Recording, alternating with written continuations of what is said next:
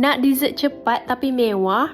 Hari ni kita buat burnt cheesecake yang lembut, kaya dan padu rasa.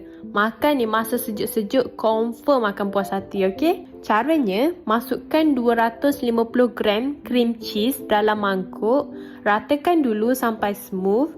Lepas tu, tuang 200 ml whipping cream. Ambil je terus daripada satu kotak ni. And then masukkan 1/2 cawan gula. Boleh guna gula kester terus atau kisar gula biasa. Tambah 2 biji telur, sedikit garam dan eseng vanila. Untuk tekstur lebih stabil, masukkan 2 sudu besar tepung jagung. Mix semua bahan sampai sebati dan pastikan tiada ketulan.